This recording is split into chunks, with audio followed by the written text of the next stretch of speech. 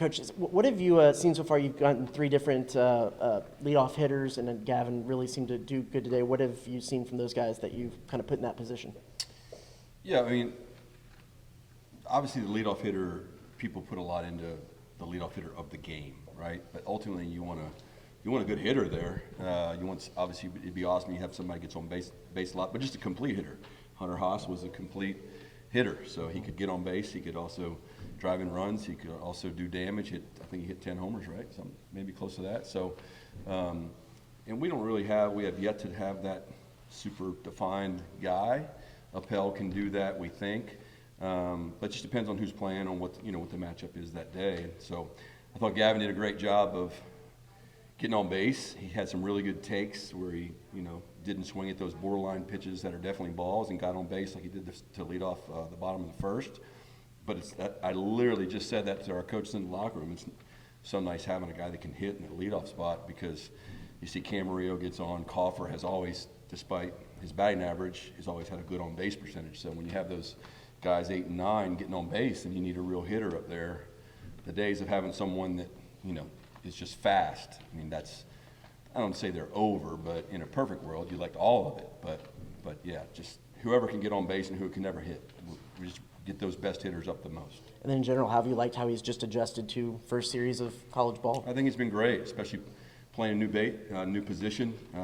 Third base is, in my opinion, other than catcher, is the toughest position on the field to play in college baseball. And he made some really nice plays today on the run to his left. He made a really good play yesterday to dive and keep the ball from getting down the third base line for a double. That for a corner infielder, just keeping the ball in the infield like that's a huge play in games. So he's doing great. No doubt about it. And with the leadoff hitter, is it going to maybe be a platoon thing for the season? Or would you like to get someone solidified in there as you move on? I mean, our entire line. I think we have 4 guys, maybe Bender up, maybe the 5th, that we feel like are going to play just about every single day, and then everything else is open to interpretation and how they're doing. And so it's just going to depend on who's who. But Gavin's a great choice. There's no doubt about it. Get a good hitter up there. That's not a fun group to Grahovic, Lavalette, Montgomery, Schott, and then Bender up. I mean, that's guys that's a whole entire lineup, a group of guys that can do damage, but also they're not going to chase most of the time. They're going to have their days, and we're going to face great pitchers, and great pitchers always beat great hitting. But yeah, that's a fun stretch of people right there.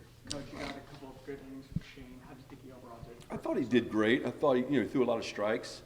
They swing early in the count, and that helped him out. Wind was blowing in. The first ball of the game might have been a homer. A month from now, that's a home run probably. But he threw a lot of strikes. The thing about Shane is that when you get in those moments, he always makes his best pitches. The 2 fastballs to strike the guy. I think they were both fastballs in his moments where he really, he wants it and he reaches back and he's throwing 90, 91, then he spits 193 to end an inning. So he's a super competitive guy. Just overall thoughts on the weekend. What are some things you like best, some things you like to see cleaned up?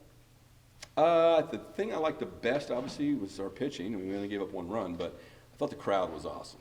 I thought yesterday, Friday night, opening night, great weather. I mean, that's to be expected.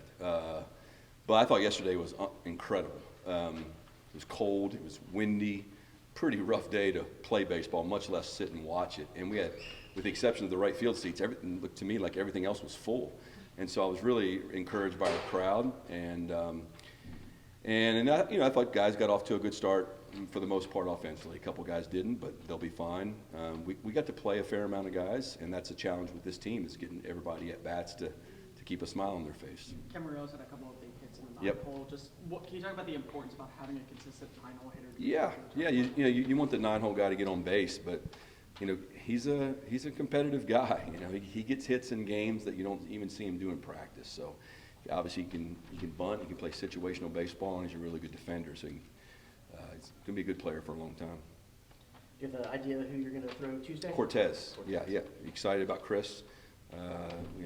He threw really, really well last Tuesday in our last inter-squad game. He threw awesome, probably the best he's pitched in college, and so we believe in Chris, and we need to get him going. It's a 4:00 game, so make sure everybody knows that. You get to watch baseball at 4 and basketball at 6. I mean, what could be better? 3 left-handers to start an opening series. Do you plan on continuing that way, or do you think you'll mix things up? Well, we're just waiting on Tanner Jones to get back. So he's been feeling great. He'll throw on Tuesday one more time, and then if he feels great, then we'll probably mix him in there somewhere. All right.